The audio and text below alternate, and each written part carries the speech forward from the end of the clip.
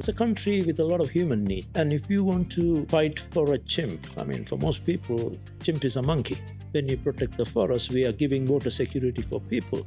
And we are making sure that you have a healthy environment around your villages and your towns. As humans existing on this planet, we have a responsibility to take care of our environment. You cannot make some people understand. That person with a lot of wealth or political connection or whatever, when they go and destroy a large patch of forest and build their mansion there, however you try to tell them, don't do this within the catchment area because it's going to affect your people. He's not even thinking about whether the water will come down to region. He's thinking about how he has the money to buy the water by Bowser. Why everybody has to expand within Freetown? Why don't we take the expansion after Waterloo? There's so much of land there. There are ways of doing it, but we need to think about it. We need to think about it. Welcome to Honestly Speaking, a podcast where we have honest conversations about the issues shaping our lives. I'm your host, Antonia Howard. In our last episode, we talked about the UNESCO recognition of Tiwai Island and the Gola Rainforest as World Heritage Sites. A proud moment marking global acknowledgement of our national treasures. Yet, in the same breath, we've seen the other side of the story. The Tacugama Chimpanzee Sanctuary, one of Sierra Leone's most iconic conservation efforts, has faced enormous challenges that forced a temporary closure a few months ago. A reminder that while recognition is important, conservation gains remain fragile, and the fight is far from over. So today we're asking, what does it take to build a culture of conservation in Sierra Leone? And how do we as a people move from exploitation to protection? And my guest has been working at the heart of this shift for nearly 3 decades, if not more. In 1995, he founded Tacugama, which has grown into a symbol of conservation, ecotourism, and national pride. He is Bala Amarasekaran. Welcome to Honestly Speaking, Bala. I'm happy to be here. Anything to do with honesty, I'm always connected. So people get into a lot of trouble for honesty and truth these days. 100%. How do you feel about that? Well, I think I got used to it. So that's the problem. We live in a society where when you speak the truth, when you're being honest, you've been targeted because the majority of the people are not in line with you. And in the very institutions we are trying to help to get out of that way of living, the way of system is not working. You've been looked upon as a threat. So it's very, very difficult, especially being a conservationist, trying to fight for all this environmental degradation going on, or trying to find faults with institutions that have been created to oversee and protect these spaces. So you're always at loggerheads with this. But as I said, after 30 years, I'm very much used to it. I don't bum. You know, has that problem worsened for you over the years, or is it getting better, do you think? I think there are small wins at the same time. Lots of loss, I would say, in terms of the wild population, protecting our national parks. There we are failing because we don't have the mandate to do that. We only go in and out whenever we've been asked to go and join a project to go and help, but we don't control these areas. So the win, I would say, is Tacugama. Tacugama, from a small orphanage to bring it to this international status and becoming Sierra Leone's #1 ecotourism destination and a conservation program. So that's a win for the country. And also the biggest win is 5 years ago when we got the government through our efforts to declare the chimpanzee as our national animal. And that's the first country in the world to do that. So these are some proud moments. But the problem is we keep receiving chimps still because the bushmeat problem is going on. Deforestation is going on. All these wild animals are being displaced or reduced into pockets so that it's very easy to hunt them out. So the babies get into villages and towns and we need to rescue them, you bring them. But again, the problem is there's no enforcement. It's just like we go around breaking pan bodies for encroachment, but there is no prosecution. We catch a lorry full of illegal timber. There's no prosecution. So same thing. We've been rescuing over 150, 200 chimps over the years, no prosecution because it's illegal for you to hunt or keep a chimp as a pet. So there's a lot of frustration. So in that cases, we are losing simply because we don't have the mandate or the resources to handle the bigger picture. For the small one, yes, but even that, even Tacugama is under threat. Probably the viewers must know that Tacugama has been closed, shut for the last 5 months. So these are some of the challenges. Yeah, let's talk about Takugama a little bit and your role in that. I think let's start from the beginning. Yeah. First, what inspired you to dedicate your life to this work? I think it was not planned. It happened by accident. I happened to rescue a baby chimp. I think Freetown knows the story of Bruno. And we rescued this little chimp, brought him home. I think it gave us an opportunity as another species, human, to give very closely to another species that is so much like us. Chimpanzees are almost 99% genetically similar to humans.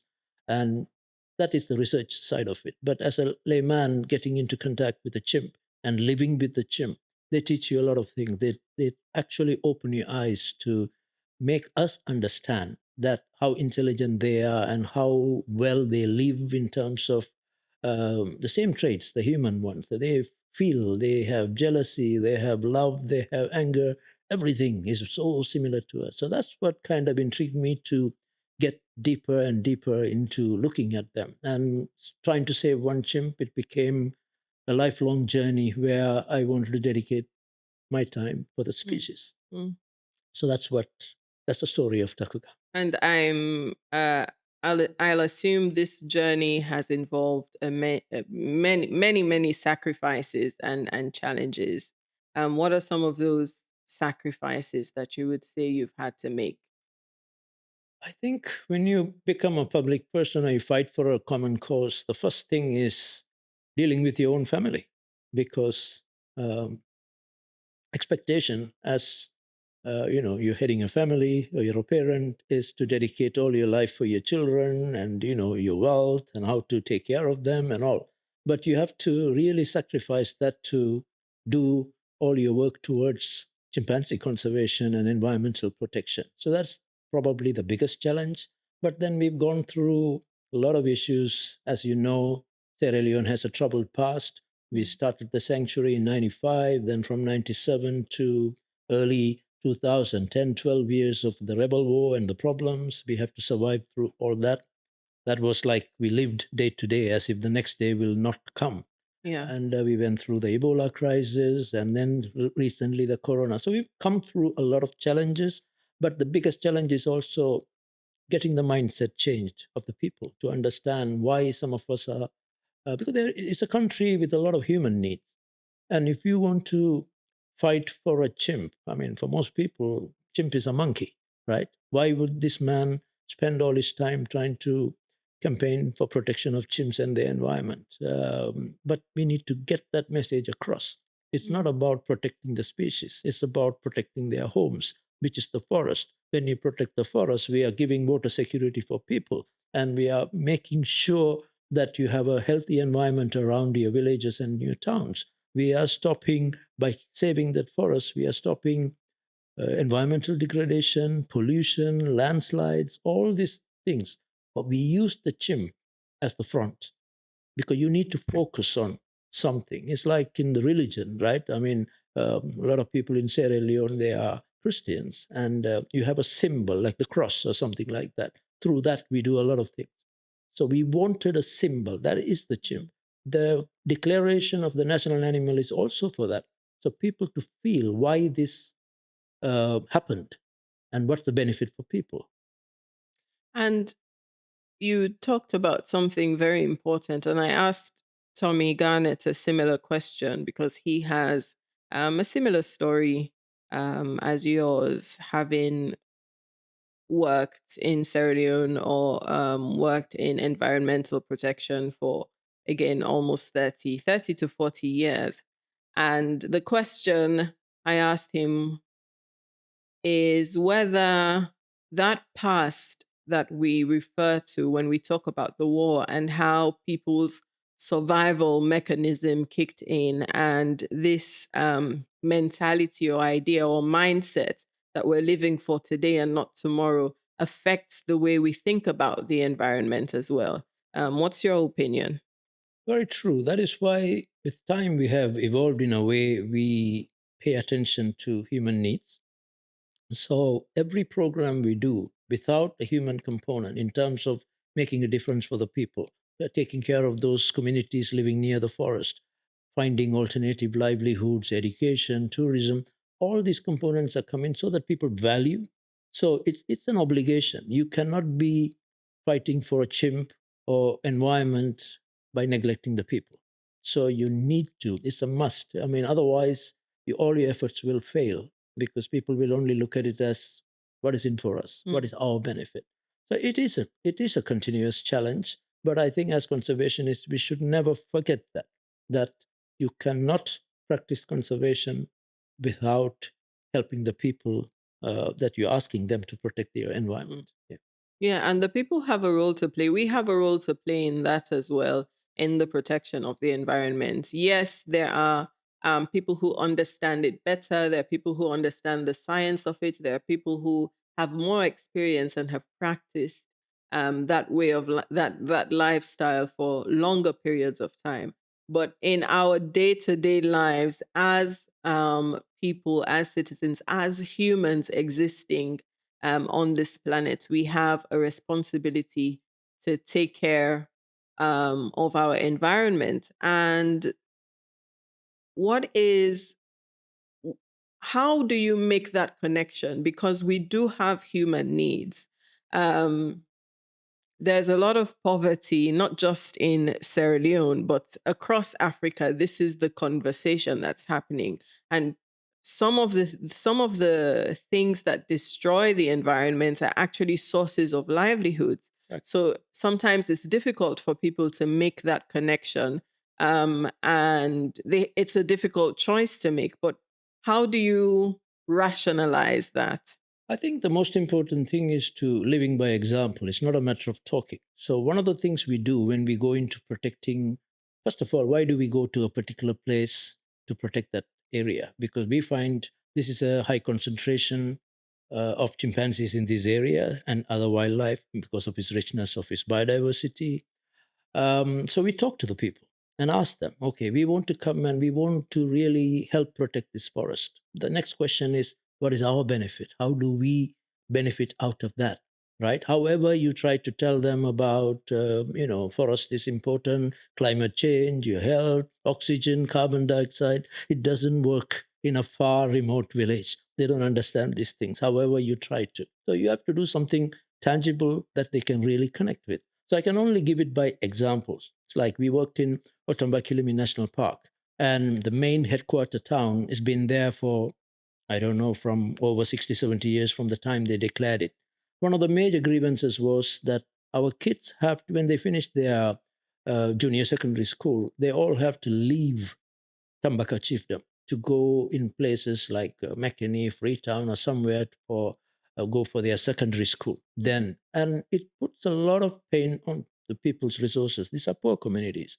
So they said, look, if we have a secondary school here, fully funded, with our kids can go to school, um, it will be different. Same thing happened in Mansonia in Loma Mountains, where I saw 14, 15-year-old children pregnant already, and they've been passed on to men because they finished their primary school and there is no secondary school to continue their education. When they try to send them far, they go wrong. The kids get misused. So one of the requests was, if we have a school, our girl child will go to school. So we have built secondary schools in these areas. We built 3 secondary schools last year. So this is again to show, then we can demand better. We can tell them that school you're getting is simply because you have chimpanzees in your forest. It is simply because we are signing a deal that you protect that environment, we give you something that no one has given you. Same thing we are doing it in Loma Mountains. At the moment, we just finished building rice flows for 27 communities. One of the problem is about taking care of whatever little they harvest. And at the moment, we are involved in a project where we are giving water system for 19 communities. We are on the 5th one now.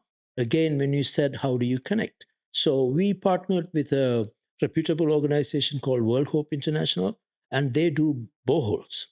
Well, I told them, how can borehole going to help a lot with these people? Still, it's not connecting to the environment. We are giving them a livelihood component, something to better their living conditions, but it doesn't still connect to the environment. So what we did, we demanded, look, we don't want boreholes. We want dams built all the way up in the river system, the streams that are coming down from Loma Mountain. And you pipe the water, bring the water by gravity to these communities. And we sign a bylaw through the government, local authorities. Look, this water will only come if Loma Mountain is protected. So you have a direct connection. So now the chiefs are declaring that, look, we have waited for this water all our lives. Now the water is coming. Where is it coming from? It's coming from the hills. Why it is still coming? Because the forest is standing. So that's the connection we need to keep making so that people will understand. And this connection, do you think people haven't made that connection with Tacugama because it's faced challenges time and time again? And this year, unfortunately, you had to shut down because of these challenges, encroachment, deforestation, you name it. Do you think people haven't made that connection? What's the challenge there? I think the challenge is actually trying to find out who are these people we're referring to. If you take the marginalized, if you take the poor people, they are very much in line with what we are trying to do. I mean, if you see recently, the region community is standing up. They are demanding the government and the institutions to come and protect Sugarloaf and Congo Dam and Tacugama Dam, the area that Tacugama works in, because they have come to realize the water security is being lost. That means they are worried for their children whether they will have water. Because even last year, region could only get once a week water. And imagine that in the next 3-4 years, probably nothing. So people are beginning to wake up. But when you say how to make them understand, you cannot make some people understand. These are the people who are not really thinking about the future for other people, right? That person with a lot of wealth or political connection or whatever, when they go and destroy a large patch of forest and build their mansion there, however you try to tell them, don't do this within the catchment area because it's going to affect your people, he's only thinking about his family. He's not even thinking about whether the water will come down to region. He's thinking about how he has the money to buy the water by Bowser. So he's not really, it will not sink in. They're refusing to understand these things. So the problem around Tacugama is mainly illegal encroachment by influential people sometimes. So that is a major problem. But isn't this area demarcated? Isn't there any marking to show that you do not cross this line or um, this area is protected? Yes, it is protected. That is why I have problem with some of these agencies who are mandated to protect it. WFP gave a report about a month ago, and we have lost close to 1,000 hectares within our national park, Western Area National Park. Then you begin to question. So at Tacugama, green belt, they call the green belt, that's the national park boundary. That has been breached in many places. And also, when they declared the national park, certain sensitive areas, they also declared a buffer zone. Like Tacugama, they said 1 kilometer buffer zone, nothing should come near. That is almost to the Grafton Road, the main road. But that's been flouted, through times. Successive governments have failed to enforce that. So with time, it got worse. And in the last 2-3 years, it got to a point, it's an alarming rate, where not only the encroachment, they're putting fire all around, and the fire is almost coming to the holding facilities of the chimpanzees. And it's too dangerous to have visitors out there when, there is a chance of escape or there is a problem. We will be questioned and we will be answerable. So these are the problems. So your question, many places, they have crossed over the park boundary, and in Tacugama's immediate buffer zones. Last year, Ministry of Lands, they declared a large area, that is the buffer zones of Tacugama, as a TDA. That's the Tourism Development Area. This area to be managed by Ministry of Tourism and Tacugama to make sure that that particular area is for utilities and for anything to benefit the country. And that area is also totally breached. So that is the problem. So I couldn't hold it anymore. So I took it to His Excellency, and he was even more furious than me.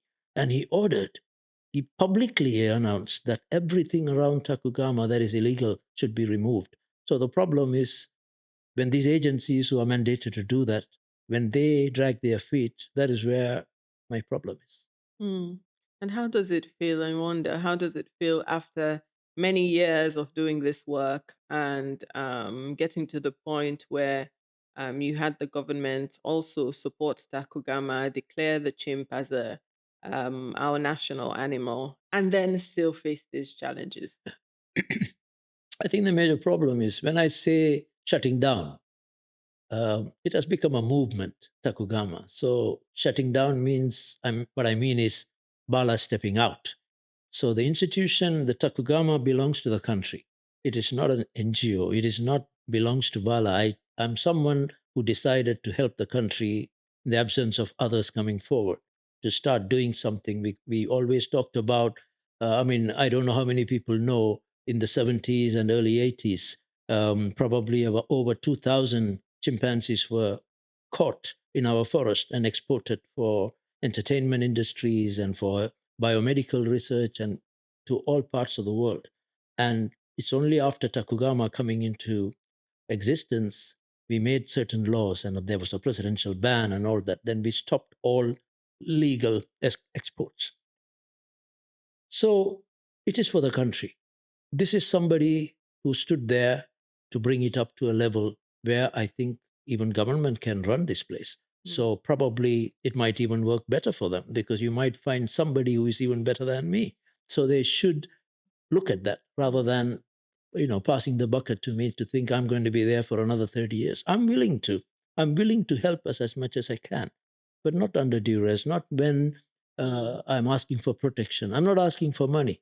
It's a government project that hasn't benefited $1 from the government, and I still manage to fundraise and run this place and bring it to this international standard. And if that is not valued, what kind of legacy I'm going to leave behind? So it's better to give it back to the government, who is the owner of Tacugama, and probably they can do a better job than what I have tried to do for 30 years. It's interesting the way you framed it now, because plenty people, when they see you, they woke, and because you have been doing it for so long, then feel say Takugama na bala and property. Yes, true. And the Very true. perception out there is that you're making a lot of profit, Yes, of course, from this kind of work. Yeah. So can you just explain what this work is, and if you're making any profit from this at all, what is the profit? If the government is not meeting their obligation, you start a sanctuary by the government. Then it was Ministry of Agriculture, Forestry. I sold the idea to them, right? That's the history. When I sold the idea, look, there's so much of condemnation about Sierra Leone wasting our wildlife resources. So why don't we set up sanctuary? Because I used to go to the ministry to say, why it's happening? They will tell you, well, we cannot do any law enforcement because what do we do with these chimps if we confiscate? We don't have a facility. We don't know what to do with them. No one is trained here to take care of chimpanzees. This is how I was pushed into this.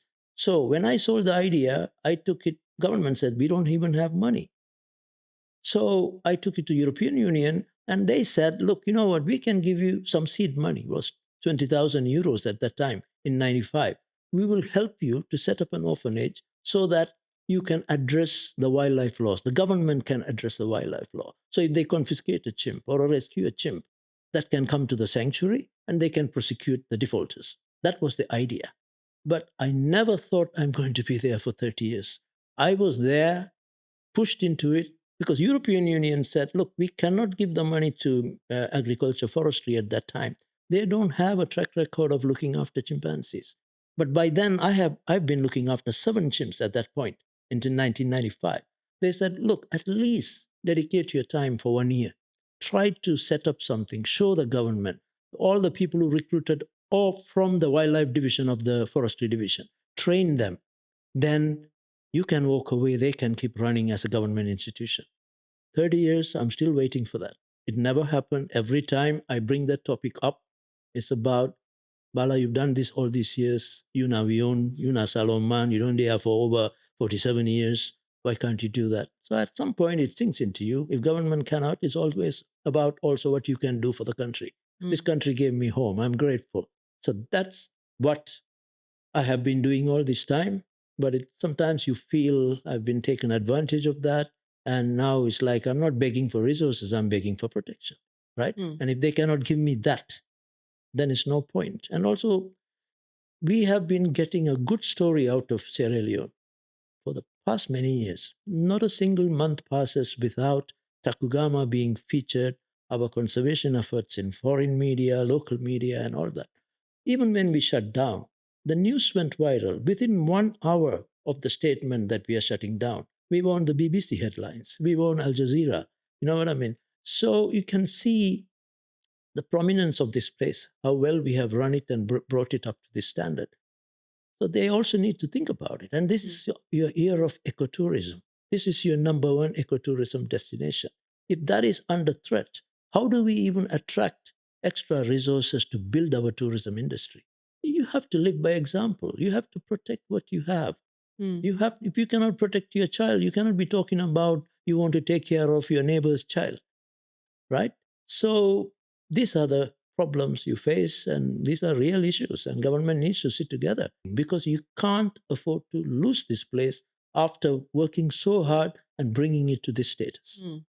Right. And the solution to this issue seems like it's hanging on a lot of top level decisions and top level influence. I wonder what is the ordinary citizen's role in this? Within we for do. Where do we start? I think it's beginning. I think people are taking more. It's like in the last 2 months alone, probably about 50 journalists have gone up to Takugama. This is local journalism, not being invited. They feel they need to join. They need to add voice to. So that's something happening. I see region community is kind of in the forefront because they are the nearest community. So I see them doing a lot of things within their community groups. I see them even putting posters and stickers and to save Takugama and Congo Sugarloaf and all that.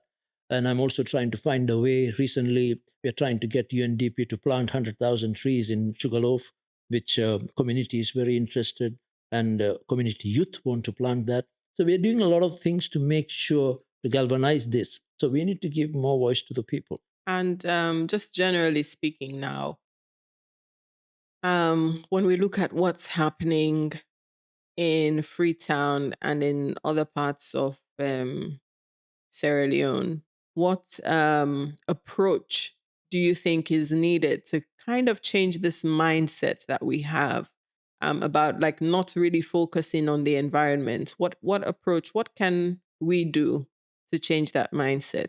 I think one thing is, as you said, creating the awareness to the people. I mean, you know that we thought after the landslide we will learn.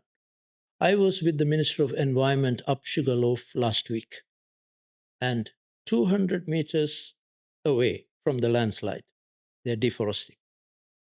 So what do? Right? So that means I think, however, how much education and awareness you are raising cannot work in a society where law enforcement is necessary. You need an iron fist to control some of these things. Sadly, that's the only way it's going to work because any kind of education is not working. So that is why you create. This is why you have your police, military, law enforcement agencies, National Protected Area Authority, EPA. Why are these institutions are there? So that it's run parallel with as much as we're educating the public, the masses, you also need to do the law enforcement. But that is not happening. So that is the danger because if we don't do that, it's going to be extremely difficult to think because there are also, in any society, we have bad elements. It's not everybody from Regent is going and brushing that place. They will tell you clearly. I was in AYV, I think recently, I was with the chairman of their youth committee or something. He said they have to chase people from Ministry of Lands clearing St. Charles Church their own land to plot it and sell it to some people. Can you imagine? I mean, it's mind blowing to think. So that is the problem. if institutions don't try to act, it's going to be a problem. And I think we are failing the people because it's the voiceless. I mean, it's not everybody can reach the president or head of these agencies to complain. Mm. So that is the problem, I think, in terms of lack of law enforcement is causing most of this problem. Right. And I always ask this question about young people because we are the majority of the population. What role do you see young people playing in this? We have inherited what we have today as Sierra Leone, and the problem is worsening because the population has quadrupled in 50, 60 years, and the population is only going to grow. What role do you see us playing in making Sierra Leone better, in taking charge of conservation and protection? I think when you talk about conservation and protection, I think we need to find balance, the correct balance between sustainable development and environmental protection. If we don't balance it well, I think you're going to leave a place in a mess. Future of your kids are doomed. So that is the major problem. I think in terms of how we can get everybody to understand that you cannot continue to do this. As you said, yes, population is growing. It's the same story everywhere. But it's not possible you can enter into the national park in China. They will shoot you, right? So there is something wrong. You can develop. Then think about it where you develop. Why everybody has to expand within Freetown? Why don't we take the expansion after Waterloo? There's so much of land there. Why everybody should come into Freetown? That means government needs to think about. Take the utilities out there, take the power, take the water there, make a nice transport link there. Senegal has done it not too long ago. They have moved a complete city out because they don't want everybody to sit in Dakar. So there are ways of doing it. But we need to think about it. We need to think about it. That's not an excuse we can give as a government to say the number of people are growing. That's why you're a government. So successive governments need to know, how do we solve that problem? How do we get people out of Freetown? People will move. If you have good housing projects, affordable homes, get the electricity, water, go out of Waterloo. There vast land there. You want to tell me people are not going to move? Absolutely. Yeah, I agree with that. That's, I think, one of the first things we talked about on this podcast, about how we open up development, remove the concentration from Freetown and see how we can develop areas across or around Freetown so that, there's this need is not so present, this need for everyone to be located within the city. Um, One of the last questions I'll ask is what keeps you going? Are you hopeful at all about the direction we're taking in Sierra Leone in terms of our conservation and protection efforts? I think without hope, there's no life, right? So we got to hope. And it's not a matter of the hope, it's also finding reasons to keep that hope, right? And that is something I go to bed thinking about it every day. Get up thinking what difference I'm going to make today. And you hope. I mean, if I didn't hope 30 years ago that chimpanzee will one day become the national animal of Sierra Leone, it won't be there. Probably we don't even have chimps in the country anymore. 4 West African countries have already lost chimps in their forest in the last 2 decades. So I think hope is necessary. We need to get there. But for me, the hope is also about, it's not a matter of having this clout or proud moment to say we got the chimp to declare. Yes, it is 30 years of being resilient and hard work. That's how we got the chimp declared as our national animal. But my focus and the hope is about how we can use this iconic brand, the national animal, to make a difference for the people. So that is why most of our work is going towards, through this brand of national animal, trying to see how we can improve health of people. How do we improve education? How do we boost ecotourism? So that is the way to look at it. You need to create the link between this iconic symbol and the people. We need to make that connection. It's through the chimps. I mean, we give rice to people in some countries. They even call it now babu rice. You know why they call it babu rice? Because it's through the chimp people they get the rice. Like that. Even our schools sometimes they refer to as, oh, them babu then, them build the school for we. So that's what we need to keep doing. How to use this brand to make a difference for people so that it's a better future for all of us. I think that's my hope. And that's what is driving me to keep going.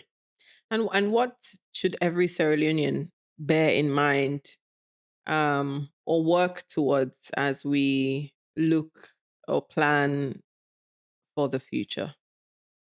I think we have many examples all around the world. If you don't protect your environment, we are going to be in a mess. So everybody needs to think that short-term thinking that we can do this or that. It's not. I think being patriotic is important. Thinking about future for your children is extremely important. You cannot just scrape all the hills around Tacugama and expect no landslides. I went to Ogu Farm a couple of weeks ago. There are hills standing there after encroachment with a lot of rock formation waiting to come down, right? So we haven't seen anything yet. It is really, really alarming what is going on around in terms of how people are climbing. So I think we need to really, really think about, are we doing the right thing for our children? What kind of mess we want to leave for our children? Nature is something, you borrow it from your parents, look after it, pass it on to your children to continue with that. Is that happening? So we need to ask ourselves that, how we can do something so that we can be also proud Sierra Leoneans thinking about our children and the country. Yeah. This is the one thing we're sure that our children and grandchildren will inherit from us. We definitely have a huge role to play. Thank you so much for your time. Thank you for making time to be on the podcast, Bala. Well, was happy to be here. Thank you. Thank you. That's it for today's episode of Honestly Speaking. Thank you for watching and listening. And don't forget to make your own contribution to this conversation. Continue the conversation online and let us know what you think. I've been your host. My name is Antonia Howard. Until next time, bye. That's it for today's episode of Honestly Speaking. Thank you for listening and being a part of these important conversations. If you've enjoyed today's discussion, please like and share. And if you're feeling inspired, do leave a review. I'd love to hear what you think. And of course, carry on the conversation online. Share your thoughts, experiences, and ideas using #HonestlySpeakingSL. Until next time, stay curious, stay engaged, and stay honest.